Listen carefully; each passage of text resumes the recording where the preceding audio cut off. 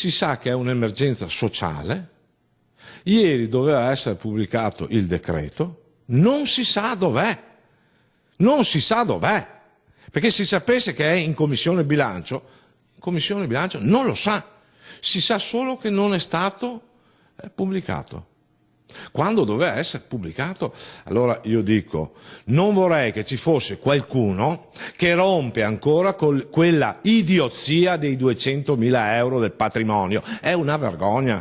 I veri risparmiatori non hanno quei problemi. Chi porta avanti i 200.000 è contro i risparmiatori e contro la soluzione. Ed è d'ora di finirla. Se succede qualcosa, queste persone ne pagheranno direttamente le conseguenze politicamente. Se n'è andato anche aprile, ma il decreto legge che norma gli indennizzi ai risparmiatori di Popolare Vicenza e Veneto Banca non è in vigore, dato che non è ancora stato pubblicato sulla Gazzetta Ufficiale. Cosa succede a Roma?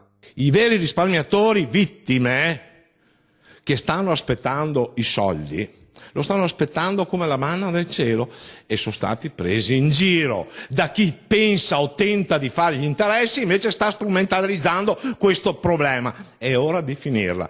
Servono più soldi per il fondo indennizzo risparmiatori che attingerà risorse da quanto depositato in libretti e conti correnti dormienti.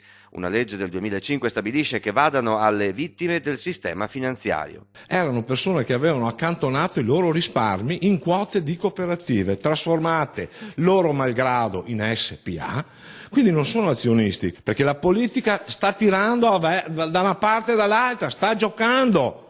Quindi sta giocando sul tempo delle persone che l'hanno già scaduto. Tante persone, tante imprese hanno già chiuso.